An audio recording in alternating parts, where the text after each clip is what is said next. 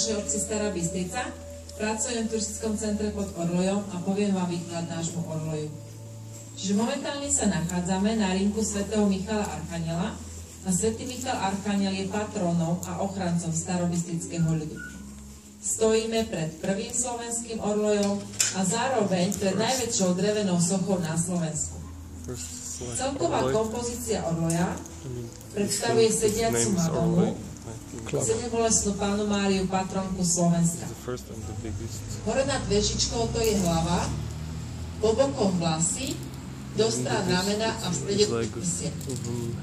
No a čiplová konštrukcia predstavuje taký ochranný plášť, ktorým Panna Mária ochraňuje slovenský ľud. No a slovenský ľud nám tu predstavuje 6 významných osobností, ktoré sú umiestnené vo výklenkoch orloja.